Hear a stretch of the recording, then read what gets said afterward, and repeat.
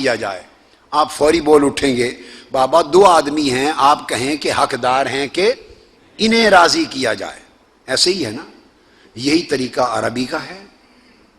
دو کی بات ہے تو ضمیر بھی دو کی ہوگی، صیغہ بھی دو کا ہوگا، لیکن قرآن مجید میں اللہ کا کلام ہے، اللہ کا کلام تو غلط نہیں ہوتا۔ اللہ نے یہ نہیں فرمایا واللہ ورسولہ احق ان یردوہما، یہ نہیں فرمایا کہ اللہ اور اللہ کے رسول حقدار ہیں کہ انہیں راضی کیا جائے، یوں نہیں فرمایا، بلکہ فرمایا واللہ ورسولہ احق ان یردوہ۔ یہ سورہ توبہ آیت نمبر 62 ہے، فرمایا اللہ اور اس کا رسول حقدار ہے کہ اسے راضی کیا جائے۔ اب اللہ اور اللہ کا رسول دو کا نام لے کر فرمایا اسے راضی کیا جائے، اب بولیے اسے میں سے کس کو نکالتے ہیں؟ اللہ کو نکال کے رسول کو رکھتے ہیں یا رسول کو نکال کے اللہ کو رکھتے ہیں؟ آپ کہیں گے کسی کو بھی نہیں نکال سکتے، جس کو نکالا وہی کافر ہو گیا بندہ، نہیں نکال سکتے، تو آپ کہیں گے کہ نہیں دونوں کو جمع کرتے ہیں، یہی بات میں نے کی ہے کہ جمع کیا گیا ہے، اکٹھا رکھا گیا ہے۔ تو سمجھ لیں حکم میں اکٹھے ہوں تو رسالت ہے، ذات میں جدا ہوں تو توحید ہے۔ یہ الجمع بین التوحید والرسالہ، یہ ہے عقیدہ صحیحہ۔ ہمارے لوگ ٹھوکر کھا گئے، ہمارے لوگ ٹھوکر کھا گئے۔ اسی پر علامہ ابن تیمیہ نے اس کے اوپر بڑی تفصیل سے الصارم المسلول میں اس کے اندر مفصل لکھا ہے۔ علامہ ابن تیمیہ سعودی عرب میں تمام علماء کے وہ امام اور پیشوا اور شیخ الاسلام مانے جاتے ہیں، اور سب سے اعلیٰ افضل اور فائق فتویٰ علامہ ابن تیمیہ کا گردانا جاتا ہے۔ الصارم المسلول میں انہوں نے اسی آیت کے تحت وضاحت کرتے ہوئے لکھا کہ ثابت ہوا ان جہت حرمت اللہ و حرمت رسولہ جہت واحدہ، کہ ثابت ہوا کہ اللہ اور اللہ کے رسول کی عزت و حرمت کی جہت ایک ہی جہت ہے۔ اور پھر آگے فرماتے ہیں علامہ ابن تیمیہ، وہ کتاب ساتھ لایا نہیں ہوں میں اس لیے کتاب نہیں، صفحہ 41 پر فرماتے ہیں فقد اقامہ اللہ مقام نفسہ فی امرہ و نہیہ و اخبارہ و بیانہ فلا یجوز ان یفرق بین اللہ والرسول فی شیء من ہذہ الامور۔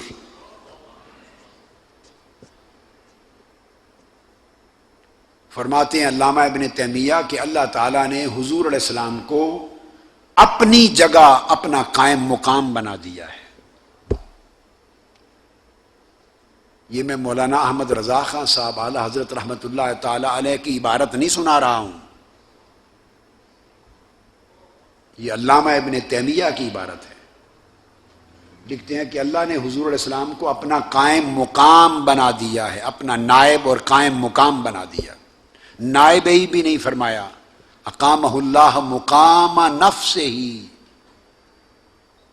اپنی جگہ پر قائم مقام بنایا ہے۔ کن امور میں؟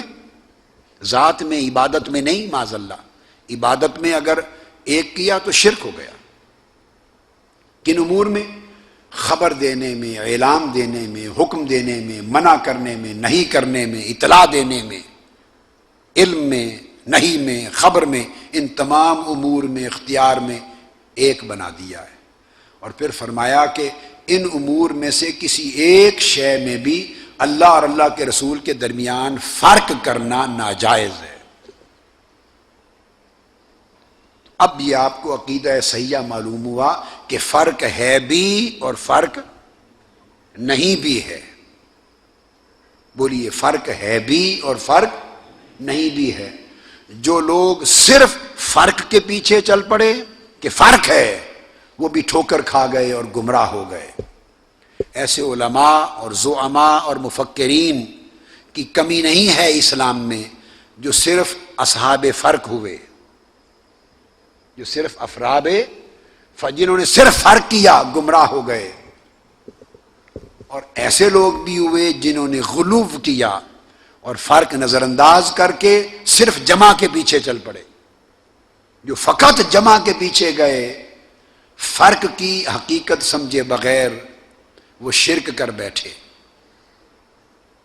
تشبیہ کے مرتکب ہوئے، تنزیہ سے معروم رہے، گمراہ ہوئے، اور جو صرف فرق کے پیچھے چل پڑے اور مقام جمع کو نہ سمجھے وہ بھی گمراہ ہو گئے۔ یہ وہ چیز ہے جس کو امام بخاری اپنی حدیث میں لائے ہیں، احب الیہ مما سواہما، یہاں جمع کیا ہے۔ حضور کی محبت اور اللہ کی محبت ایک محبت ہے، لہٰذا یہ وہم نہ کیا جائے کہ تم صرف حضور سے محبت کرتے ہو، اللہ کی محبت کا نام ہی نہیں لیتے، کیونکہ آقا علیہ السلام نے فرمایا، جس کو امام بخاری نے روایت کیا، کہ حضور کی محبت ہی اللہ کی محبت ہے۔ اس مقام پر یہ اعتراض وارد کرنا یا جہالت ہے یا گمراہی ہے۔ اور یہ میں نے عرض کیا کہ الحقیقت الاولی، یہ پہلا امر ہے، آؤٹ آف 3 ثلاثن، ان میں سے ایک۔